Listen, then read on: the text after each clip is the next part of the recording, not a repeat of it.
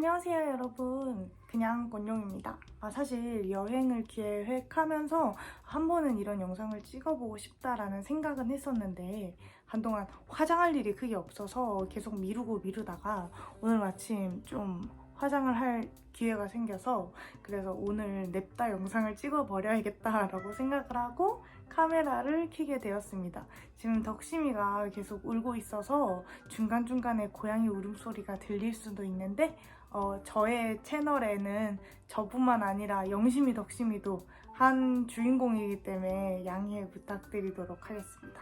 그럼 이제 영상 시작해볼까요? 일단 첫 번째, 여행의 시작이죠. 항공권 구매. 저의 경우에는 모든 여행의 시작과 기획을 최소 2개월 전에 해놓는 편입니다. 세부적인 플랜은 뭐 일주일 전에 짜게 되더라도 여행 일정이나 이런 것들은 무조건 3개월에서 2개월 전에는 꼭 결정을 짓는 것 같아요.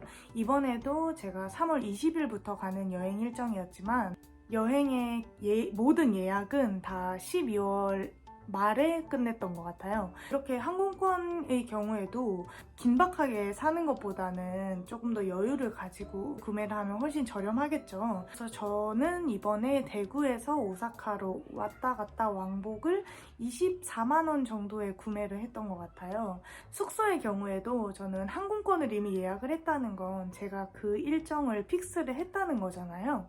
그래서 되도록이면 항공권을 구매한 시점에서 일주일 안에 숙소를 예약을 하는 편인데요. 제 선호는 에어비앤비예요. 왜냐면 사실 일본은 비즈니스 호텔이 좀 많다 보니까 정말 캐리어 하나 더 펼쳐놓기 힘든 정도 수준의 아주 작은 호텔들이 즐비한 터라 저는 약간 일본 가정집의 느낌도 좀 느껴보고 싶고 그리고 조금은 넓은 곳에서 잠자고 싶어서 그래서 저는 에어비앤비를 선호하는 편이고 이번에 찾았던 숙소가 상당히 그 위치적으로 좋았어요. 도톤보리 중심까지 걸어서 5분도 안 걸리는 상당히 번화가에 있었던 그런 곳이었는데 3박으로 해서 에어비앤비는 청소비가 따로 붙거든요. 그것까지 해서 3박에 32만 원, 하루에 약 10만 원에서 11만 원 정도. 그래서 2명이서 부담을 했다 보니까 1인당 전체 숙소비는 16만 원으로 계산이 됐습니다. 그리고 일본은 아무래도 전철이 민영화가 되어 있다 보니까 각자 회사가 달라서 주유 패스를 관광객들한테 많이 판매를 하는 편이잖아요. 저는 그것보다는 차라리 지하철표를 구매해서 다니는 게 낫겠다라는 판단이 들어서 이번에도 그렇게 진행을 했어요.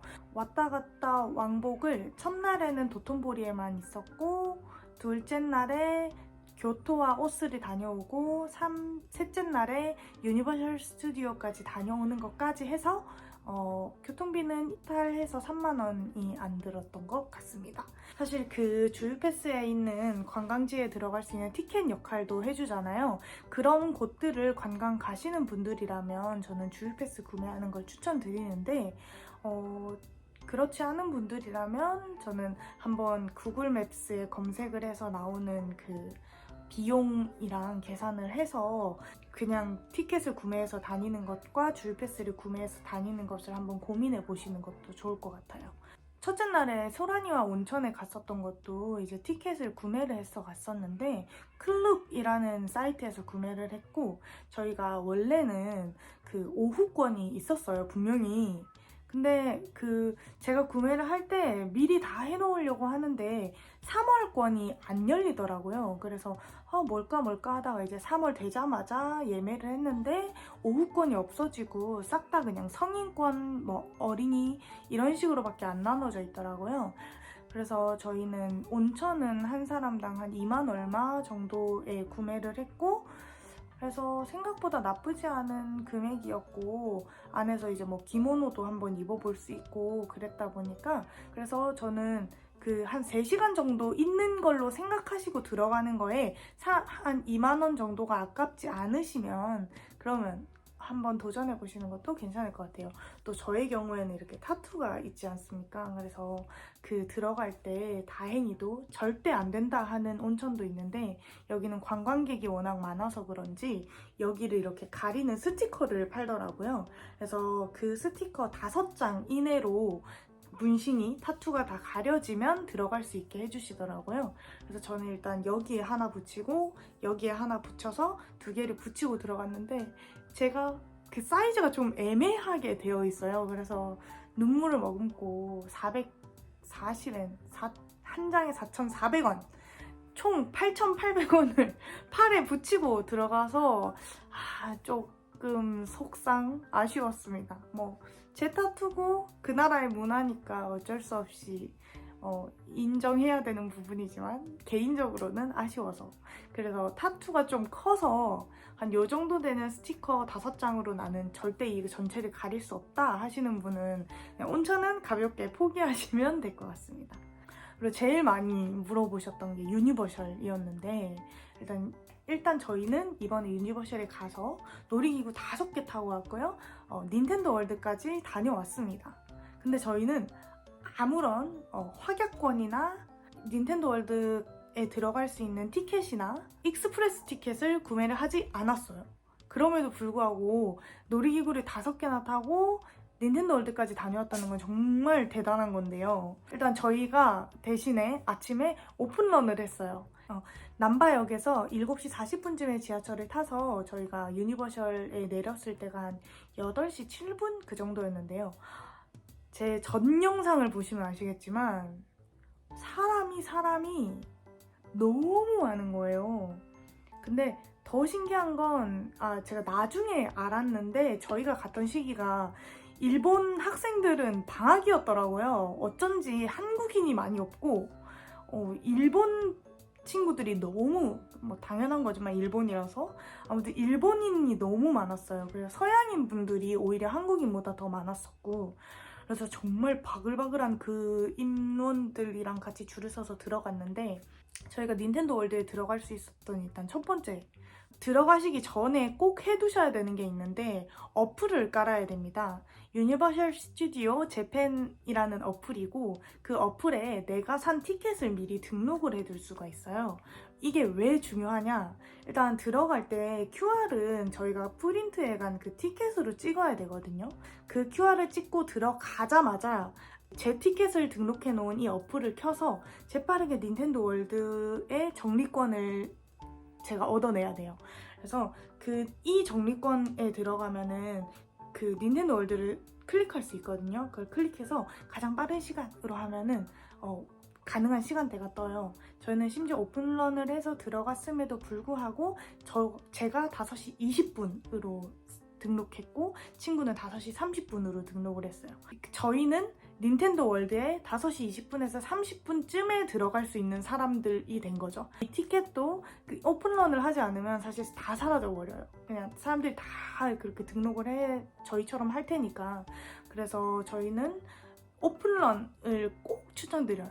근데 이렇게 놀이기구 5개를 탔다고 이야기를 하면 사람들이 어떻게 그렇게 많이 탔어? 라고 이야기를 하더라고요. 놀이기구 5개를 탈 수 있었던 비밀을 알려드릴게요. 싱글라이더입니다.